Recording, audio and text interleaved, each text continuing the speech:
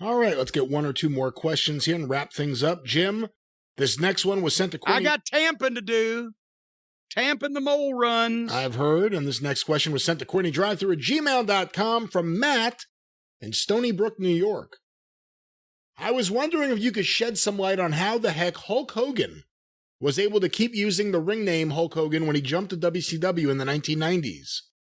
It's my understanding that the WWF and Marvel Comics made a deal in 1984 over the Hulk name, with Marvel Comics owning the trademarks to Hulk Hogan, Hulkster, and Hulkamania for a period of 20 years.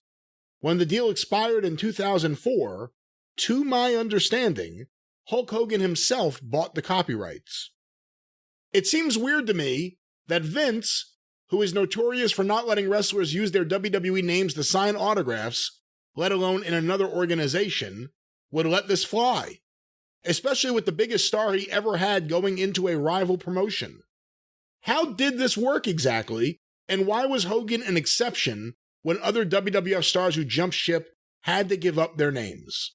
Well, boy, we should have had Steven call in to help answer this question, but I'll try to take a swing at it. Help me, Brian, on some of the finer points of the logic. We're not talking about the name Hulk Hogan. He could have been Hulk McGee, Hulk Hogan, Hulk fucking Schwarzenegger. The Hulk name was the one that was in the bone of contention with Marvel Comics.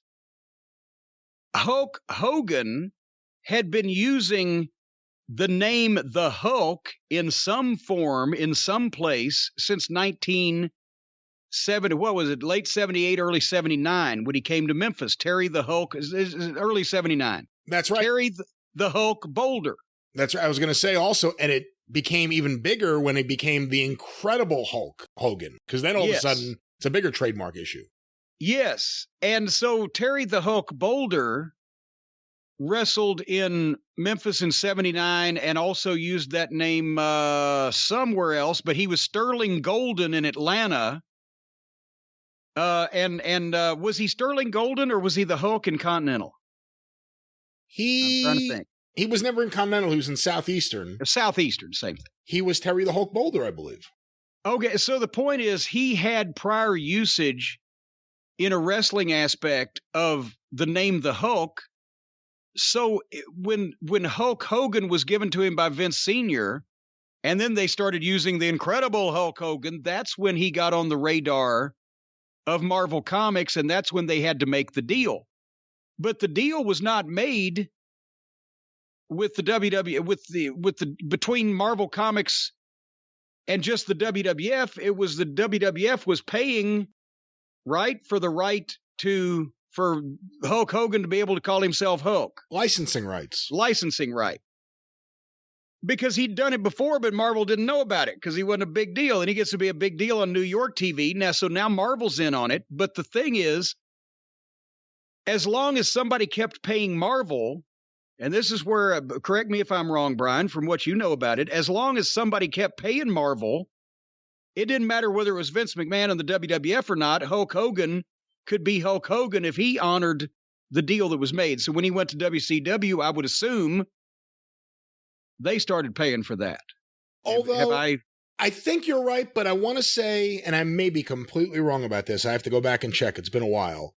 I want to say this may have played into him becoming Hollywood Hogan instead of Hulk Hogan. They completely rebranded him. He was still Hulk Hogan. True. But they just called him Hollywood Hogan for a while there, for a good while. Maybe that was while they were working all those details out. But the point is that it was not an invention of Vince McMahon Jr. or Sr. to call Hulk Hogan the Hulk. Vince Sr. added the Hogan. He had already called himself the Hulk. So there was prior usage to the point where if something was going to be licensed, which by that point it was so important that he be the Hulk of some kind, that it had to be licensed, that it was going to be done one way or the other. But to the caller's point, it wasn't a slip up of Vince McMahon letting one of his wholly owned creations go. The guy had been in the business, had been in the Hulk before the WWF run.